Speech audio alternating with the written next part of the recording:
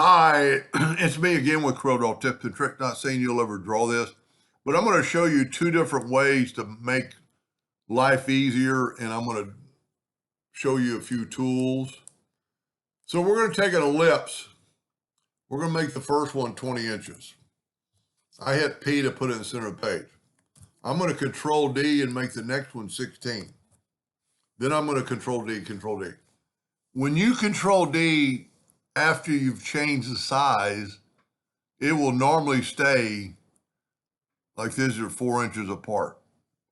If you just happen to nudge it, let's just do that. Whoop.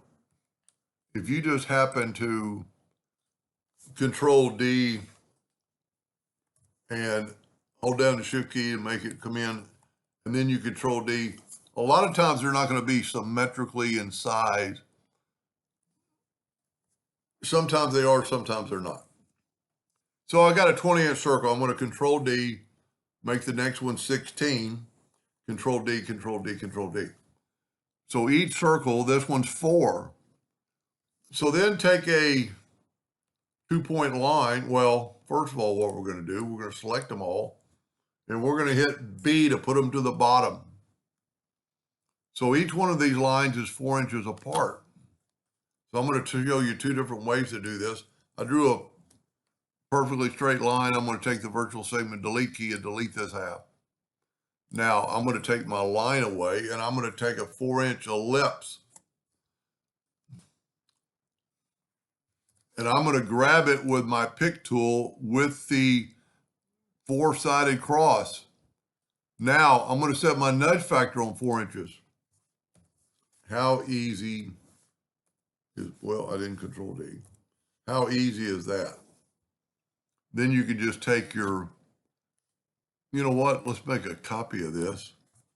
Move it over here. Then just take your virtual segment delete key, and because you've done it perfectly, you'll have that right there. Now this is quite a bit fatter than the one I had earlier.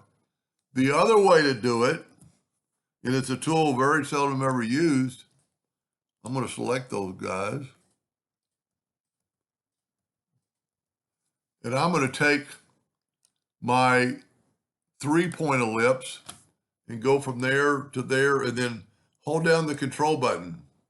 Well, hold down the control button. Look at that. It drew a perfect circle inside that space. For years, I never knew what the advantage of this tool was. Well, there's the advantage. So you can do that. We'll go and just put this back. This one's going to be a little fatter than the one I did before. I'm going to get the Smart Fill tool, set on that blue. And because you did it, you're not going to have any leaks because everything was perfect. So we're going to grab that outer one.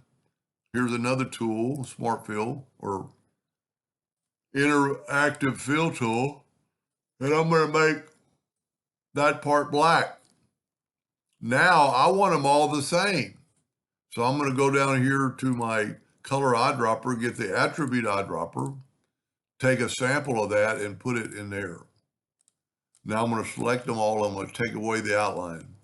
I'm going to go and Control G, Control D, and I'm going to mirror it both ways. Then I'm going to take that node and put it right there on that node. Control G, hit P to put it in the center of the page, Control D, and rotate that 90 degrees. And you have that. So this is a little fatter,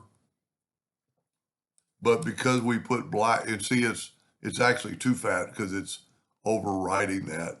So that last node I put in there, or the last node, the other ring isn't as good. So let's just kind of do this, show you what you can do. Let's just take and go to Object, Group and Ungroup, and just get rid of that one. I must have made a couple of copies.